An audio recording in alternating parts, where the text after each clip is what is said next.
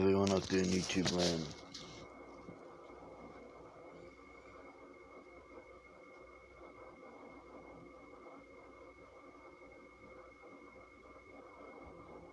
This is a hard video for me to make because it touches on a subject that, truth be told, I've been trying to forget my entire life. I've been trying to act like it didn't happen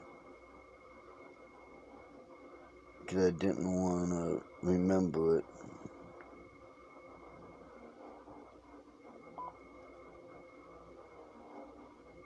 But the truth is, it happened. It happened to me. It happened to friends of mine. It's something that I feel I do need to talk about. However, before I get into that, I do wish a fond hello to all my fellow Washam warriors. And I do wish that Betty Washam, the host of Let's Chat with Betty Washam, gets better real soon. You're awesome, and please get better. And please understand, I'm just saying your name on here so that you can know that I want you to get better. Not trying to use it in any way, I'm just sending you well wishes.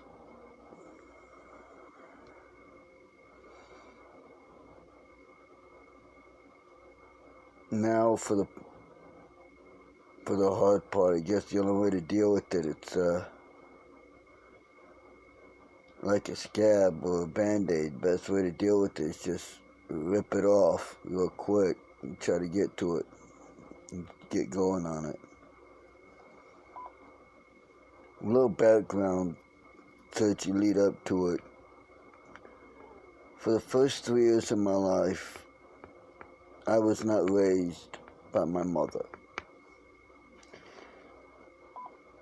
I am told that I spent some of that time with my grandmother, who since passed away, and I was very close to her. I also spent time as a member of foster care in Texas, where I'm originally from.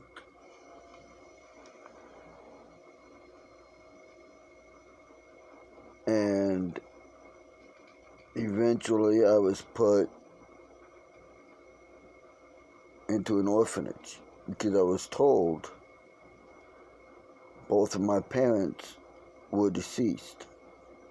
Comes to find out later it's not true, but I was put into an orphanage. I do not remember the name of it because I was 6 when I left, so I was there at a very young age.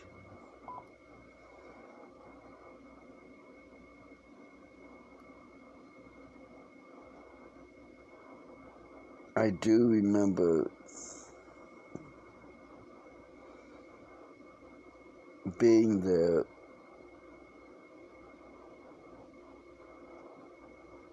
and these people,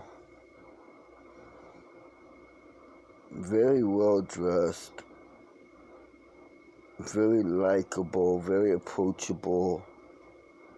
I thought they were nice people. Would come every week or so, and they'd bring presents and stuff like that. And we knew when they were coming because we would always, I remember, have to be standing in a line against the wall. All of us dressed up as nice as we could, bathed, smelling good, looking good. And they would come down the line and they would talk to each and every one of us and give everybody a present. Which, on the face, it seems like, at first I thought, hey, these are probably people coming to adopt one of us kids. So I started looking forward to it.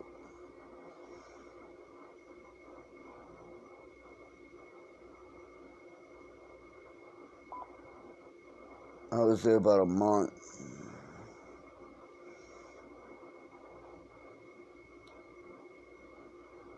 And they picked me to go with them. They said that every week they take a few of us, it was like 5 or 6, and we would get to go out and go to an amusement park and eat and ice cream and have, hamburgers, and that it was their way of just, letting us, doing something with us other than us being in the orphanage all the time. And on the face of it, it seemed cool. The first time I went with them, nothing happened. We did just that. We went to an amusement park and we had fun. And we were gone all day.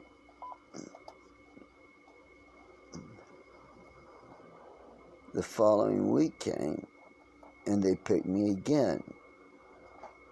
And I thought I just went. Well, why would they be picking me again unless they want to adopt me? I guess I made a good enough impression.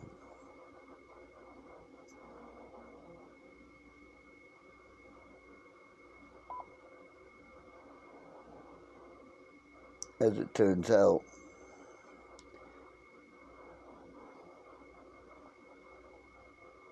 they were not looking to adopt me.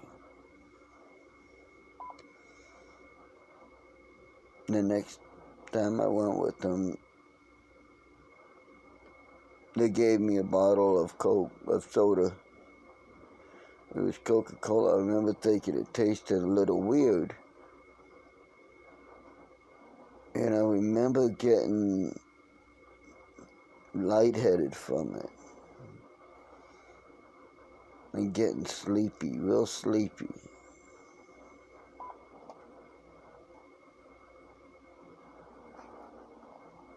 I remember that they pulled up to this house. And they took me inside.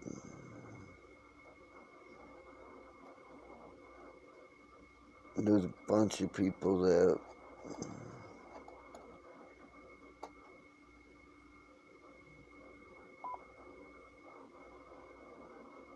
And they told me that they had been nice to me.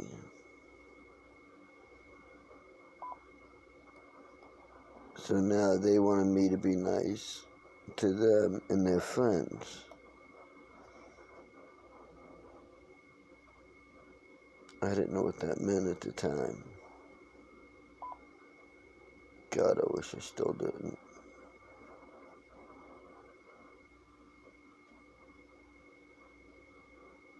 Well, while we were there,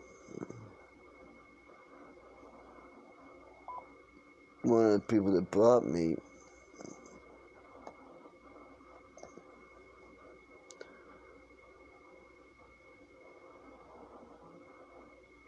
took me into a bedroom.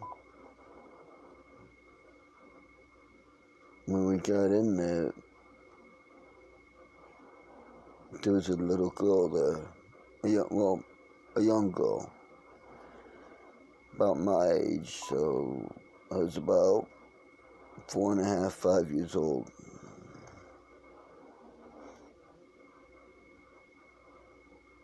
Maybe 5.5. I was young.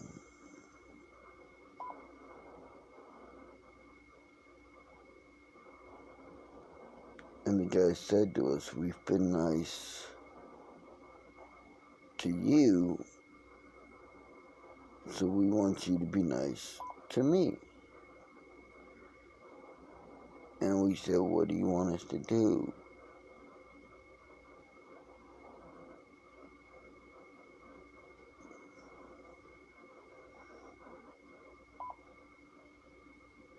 And he told us to get undressed and get on the bed.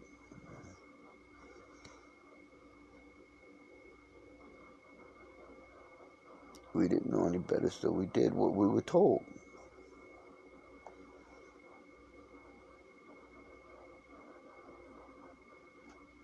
He came over and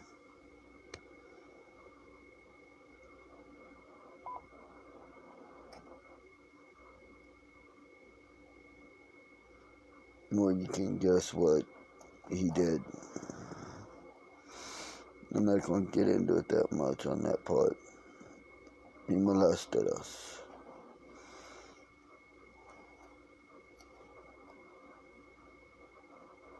He said that was to help get us going.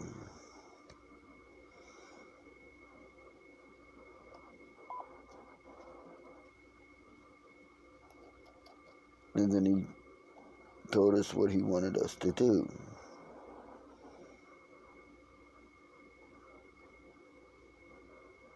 What he wanted us to do was to have intercourse. The fuck. While he watched and found out later, took pictures. When it was over, presumably when he finished his end of things, we were told to get dressed. And he took us back downstairs.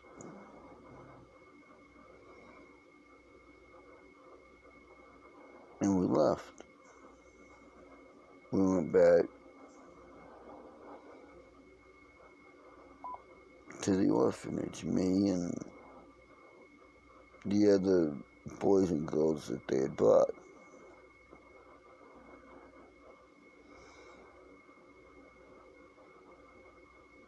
None of us said anything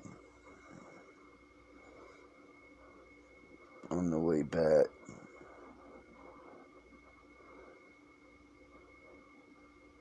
But I remember thinking,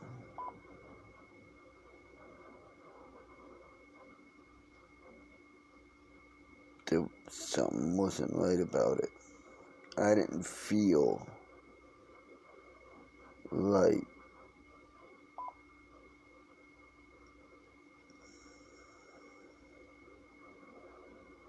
I also remember being angry. Just so angry. I couldn't put my finger on why, because I didn't know. I remember I was just angry all the time. I was angry. I wanted others to hurt and feel as bad as I did.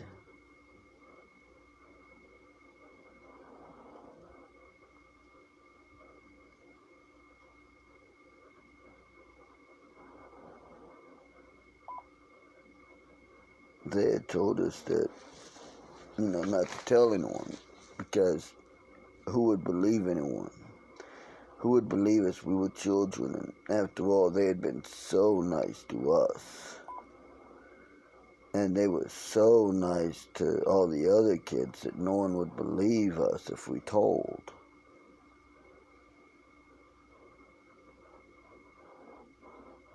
And the following week came, and they didn't choose me. But the next week came, and they chose me again. I didn't want to go, but I had no choice. So I went. And again, they gave me alcohol mixed in soda. And probably a few other things mixed in there as well, but it definitely tasted like alcohol.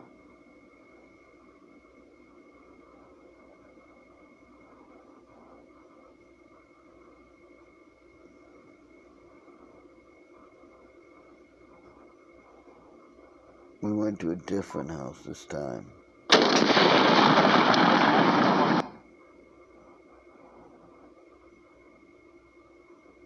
When we got there, 10 minutes later after we got there, a woman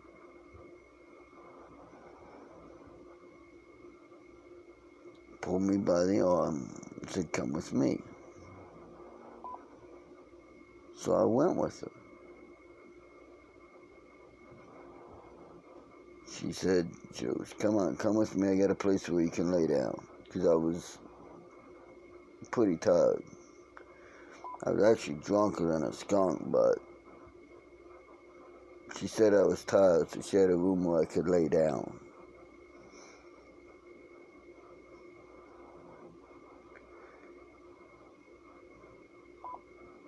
And I went to lay down, and she goes, no, you can't lay down dressed. So she had me get undressed,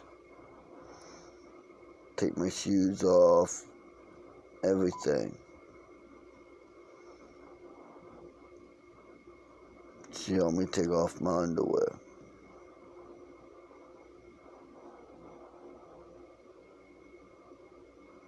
And then she got undressed.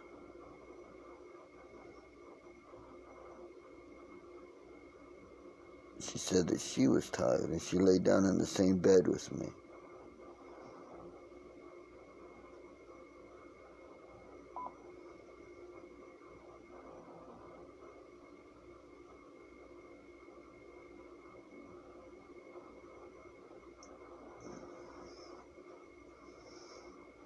And she started touching me and everything, and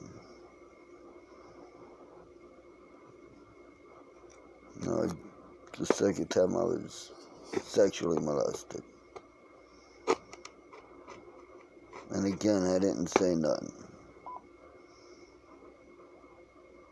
I felt dirty, mad at them, mad at myself, mad at everybody.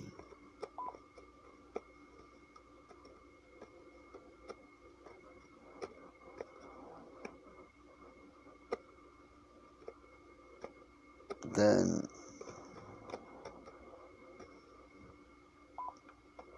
the following weekend, I'm chosen again.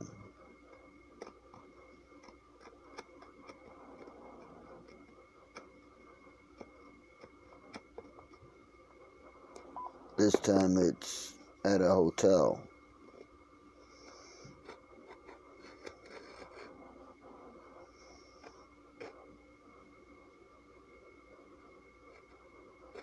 And this time it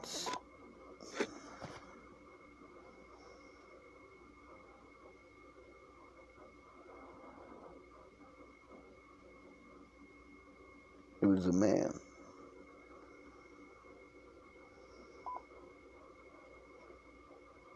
And after every time, they would give us little things. Toys, a watch, little things that when you're in an orphanage means a lot, but doesn't cost them a lot. And you think the world.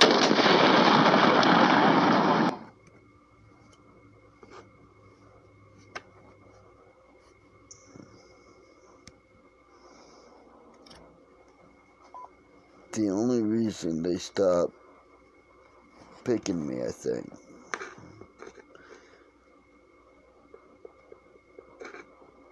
is because when I turned 6, I found out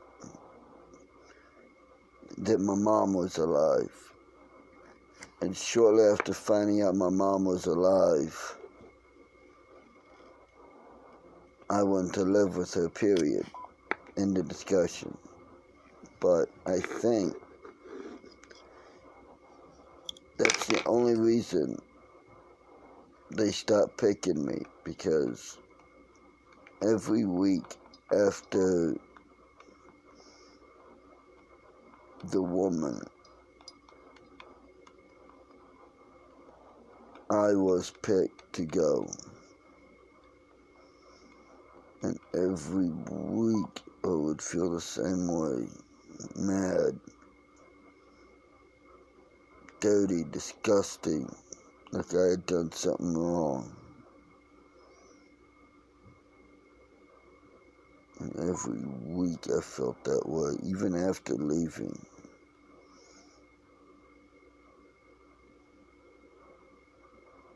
It stayed with me my entire life. Just being mad.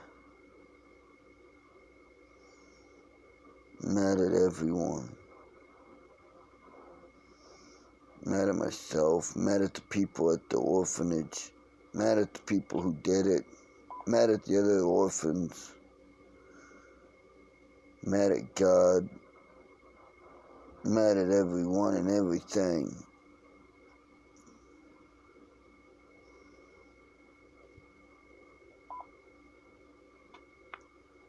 Even today, I'm still a very mad individual about this subject. I find out someone's doing that to a kid. Unless someone stops me, I try to kill the person who does it to a kid.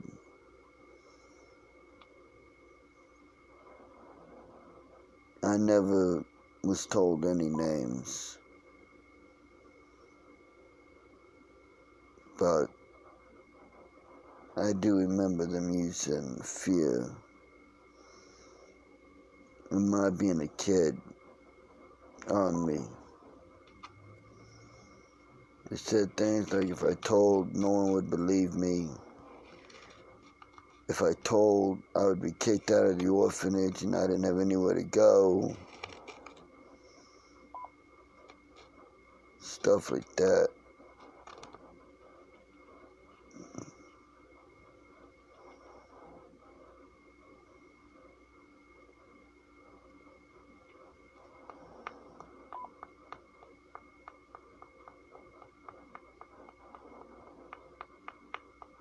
Talking about it now,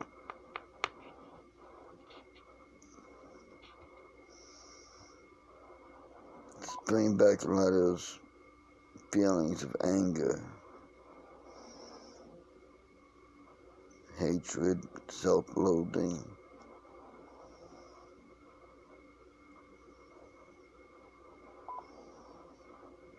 Scared, because I don't know if the people that did it were high up in government or not, but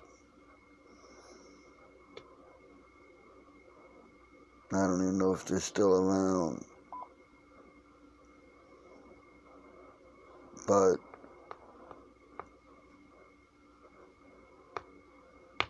I just felt I had to make this video, even this little bit of it. Maybe it'll help someone who's going through it or who went through it to have more courage than I did and tell someone. Because the only time pedophiles win is when their victims stay silent. When their victims speak out, they lose. That's it for me. Till next time, I'll be seeing you.